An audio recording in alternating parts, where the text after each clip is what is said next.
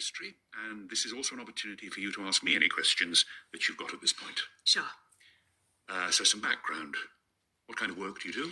I have a job at an engineering company. I'm a computer programmer. I currently do 4 days a week, but I hope to reduce that to 3 after my maternity leave. Oh, excellent.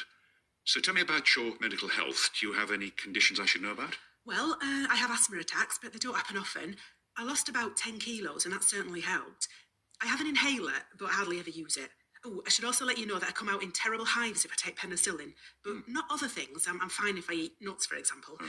I have a fairly healthy lifestyle. I'm a vegetarian and I've never smoked. Good. I'm afraid I don't go to the gym or anything, but I walk to work and generally keep active. Oh, that's good. So this is your first pregnancy? No, I have a daughter called Ella. She's 3 now. Ah, and did everything go smoothly that time?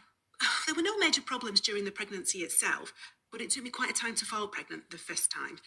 After having various tests, I was given some fertility drugs. Oh, what were they called? It's on the tip of my tongue. Never mind, it'll come back to me. This time, though, I didn't need any help. Oh, it's no problem. What about labour last time round? Oh, that was a nightmare. Though everything, thank goodness, worked out in the end. It was a breech birth. It looked as if I might have to have a caesarean, and I really didn't want that. I was pleased I managed without an epidural, too.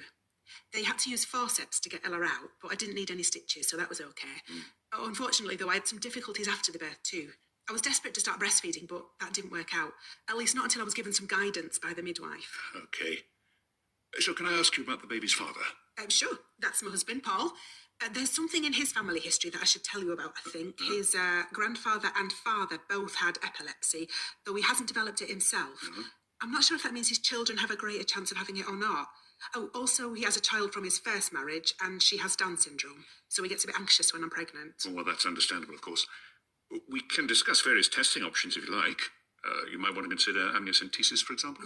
But that carries a risk of miscarriage, doesn't it? I don't want to go for that.